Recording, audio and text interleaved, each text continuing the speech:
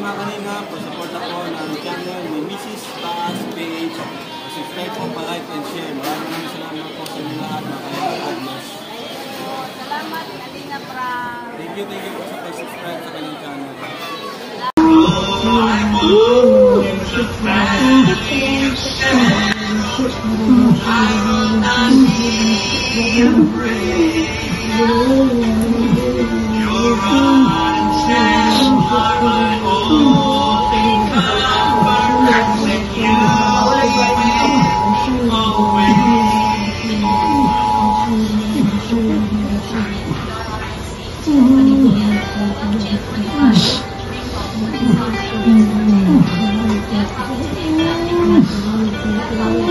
Kalma ka lang pa, kalma lang. Kalma ka malikot. Kalma ka lang para mag-effect yung gamot.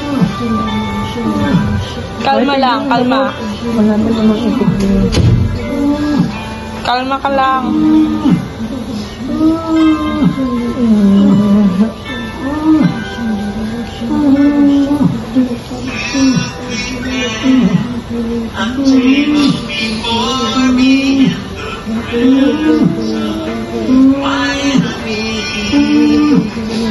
Relax lang, relax. Pray ka kay Lord.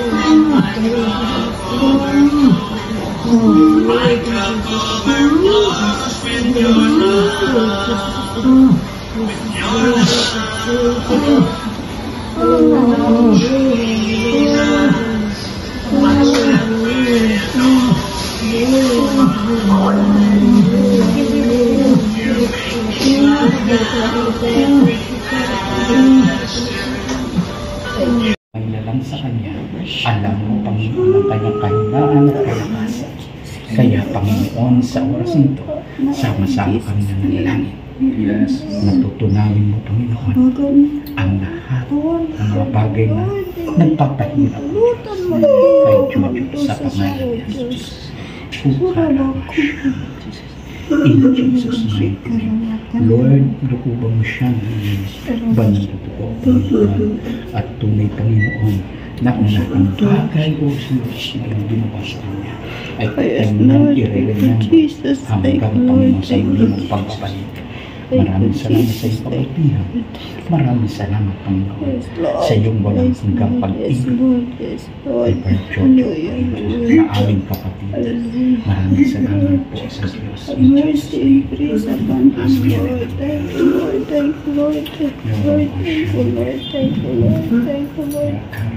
Thank you, Lord. Thank you, Jesus. Hallelujah, hallelujah, hallelujah, hallelujah. Hindi na kahit ang gabi ng gamot yung gamot. Sinusuka mo? Thank you, Jesus. Siguro ito na muna ako. Thank you, Jesus. Kala ko pala kasi okay. Thank you, Jesus. Thank you, Holy Spirit. Thank you, Jesus. Oo nga. After Thank you, ng New Year Jesus. ata. Thank you, Jesus. Ano? Siya pa ako na ako. Kaya nga. Jesus. Siya mo pa yung gamot sa kanin. January 2. Napanood pa nga na may bisita ka ng dating. Nagpaparasalita ka pa nga. Oh. Tapos, naipo sa Facebook ko. Ulat na ako dito sa ospital. Biglaan. Biglaan. Sabay siya nung nung pagpasok na. Pasok na yun. Sabay. Sino doon? Si Candy. Oo. Binabati yung magandang sasakyan. Siyempre. Pero yung para tricycle, no? Talagang titingnan na yan. Nabisita si Brother Paa sa mga pastor. Nakakapagsalita na, nakakatawa. Sabi ko, buhay ko na ito. Nagpag-pray na siya. Ang Diyos na may nagagawa sa buhay ni Brother Tapos Paas. there was a time na binigyan ako ng parangal na kimpuan ni Chairman, ni Clint. Gusto kunin niya yung sa'yo, appreciation. Ay, nakuha naman niya. Siya naman ang ngayon. Kailan sabi yung babae? Sabi niya naman yan. Sabi niya, Weather lang naman yan. sabi niya pa, i-apply mo nga ako dyan. Sabi ko, hindi ko yun in-apply. Sila ang nag-apply sa'yo. Oo, sabi. Po, nabisita siya ng pastor. Paki-apply mo. Friday. Sister Grace, Jaja, Sister Alex, Sister Grace, mag-asawa, Pastor na GIL Benson, GIL Talisay, Pastor Freddy, ang kanyang member, Sister Grace. 2025. 2023 lang ako natigil dahil October 20. Ayan po, hello po. Isang pinagpalang araw po ng Friday, January 10 na po ngayon. At ang oras is 9:20 po ng umaga. Blessed morning po to everyone. Sa lahat po ng mga viewers, sponsor, subscriber. Yan po kay Kuya Bal, atid na Kalinga Prab. Sa buong pamilya ng Matubang family. Yan po. Update ko lang po. Ngayon po ay nandito kami uli sa room ng hospital dito sa Kakawa kasi kahapon ng umaga po dapat pa-discharge na kami. Mayroon pong hindi nasan nangyaring ulit kay Brother Paas kaya nag-stay kami ulit dito kasi muli po na tumigas ang kanyang sikmura tapos bigla po siyang na tumba buti na lalayang kuman nagsabay kami tumumba. Yun po, nanghina naman siya, hindi kami pinantulutan lumabas ng nurse at ng doktor. Kaya mapalakas siya ulit kasi bumaba ulit yung kanyang BP. Ang pag-BP sa kanya ay naging 80 over 60. Ngayong umaga po ay tumaas naman po ng 90 na over 70. At plano ko po na mamaya bilhan ng kamuting yung pula para ilagat, mapainom para tumaas na. Para hanggang bukas lumakas na siya, baka mandi po kami ma-discharge kasi sarado ang PhilHealth pag Sabado Linggo. Nag-inom siya ng Prosure ngayon kasi kanina energy, nagutom na siya. Tinimlang ko po ng Prosure. Wala siyang dapat ibang yung mga liquid saka malalambot. Good morning, Ling. Kumusta ang pakiramdam mo? Ayan, good morning po. Sa muli po, ngayon ko lang ito interview si Brother pa sa aking darling kasi medyo mga nakarang araw medyo busy po. Wala ibang nagasikaso kundi ako, si Mrs. Paas Space. Kaya ngayon, gusto ko siyang may tanong po kasi dapat bukas ay kahapon ma-discharge na sana kami makapagkalmusal. At naka-ready na yung mga abstract, billing, pinirmahan na ng doktor. Merkulis ng gabi. Tapos, nung kinamagahan kahapon, nag-almusal kami. At sabi ko, mga 8, mga past 7 pa lang po yun. 8 kasi ang open ng billing station. Ngayon, maihi siya guys. Yun, biglang tinawag niya ako. Paglapit ko, bagsak na kaming dalawa. Agtigas pala yung niya muli, yung sikmura. Yan, tatanungin natin bakit nangyari. Ling, anong pakiramdam mo ba? Bakit nabigla ka kahapon? Ako'y nagulat din sa'yo eh. Hindi ko rin alam kasi nawalan baga akong malay, hindi ko alam na nawalan akong malay. Tumigas ng napakatigas yung sikmura ko tapos hindi ko na alam anong gagawin ko. Pinawisan ako ng malagkit. Tapos yun namalayan ko na lang na sabi ninyo wala akong malay. May matay siya guys. Bumagsak. Kinatapusan. Ng hapon. Umaga po yun guys, mga past 7. Bandang hapon. Masakit yung ulo ko. Meron palang bukol. Di pala guys naramdaman niya. Pero ako ramdam ko umuntog talagang ulo niya. Tapos nadaganan nga niya ako. Wala man bigla lang kasi kaya di man nakita talaga. Humingi nagtulong, sigaw na lang po ako. Nahingi ako ng tulong. Kabukol ako. Sakit ito. Malaki. Takbo man agad yung mga Pala nurse. yung ulo ko sa simento. Hindi ko na malayan kasi biglang umatake ng napakasakit yung sigmura ko. Pero ang kagandahan kasi, nawala na yung paghahati ng sigmura ko. Nawala na yung acid reflux. Pumalit naman yung pag may nakain ako na hindi pitid. Hindi ko man alam na bawal. Hindi pala pwede sa akin yung Pandesal na maliit man nga lang guys. Kasi medyo matigas-tigas. Ang hinawakan ko yung ano niya, sikmura, sobra talagang tigas. Umihiyaw na naman siya sa sakit. Pero irinis ko na siya ng mga nurse. Siyempre, una sa lahat, ako po ay nagpapasalamat sa Diyos. Pangalawa, sa pamilya Matubang, kay Kuya Bal Santos Matubang at kay Reverend Kalingap Ram, na ginamit ng Diyos para ako po ay makapagpasali ng dugo, ng 5 supot na dugo. At the same time, alam niyo naman po na medyo talaga pong windang po yung YouTube ko. Lalo ngayon, hindi na po ako nakakapag-upload. Nakakapag-live almost 1 week na kasi may na-signal dito. So, ang pera ko po ay 5K lang. Ang amin pong bills ay 70K na. Until Monday pa po kami dito. So, wala naman po akong ibang hawak, kundi yun lang. Ang bayad po sa ang hinihingi po ng doktor. Ang palabas na kami, Doctor's PFK. Problema, hindi naman ako pinalabas, kaya ito na-extend na naman. So by Monday pa, kailangan mag-good condition daw ako. Kung mag-good condition, lalabas kami ng Monday. So yun po. Salamat po sa mga tao na ginamit ng Panginoon sa pamamagitan po ng pamumuno. Kaya ba na nagbigay po ng tulong, hindi ko man po sila maisa-isa, pero isama ko po sila sa parada ng aking panalangin na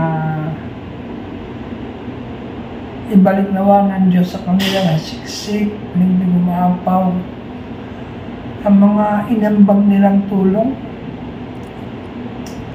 At napakalaking tulong po sa akin yun, lalo na po ngayon sa aking kalagayan. Kasi ang nais po ng doktor, after ng paglabas namin dito, pahinga lang ako 2 or 3 days.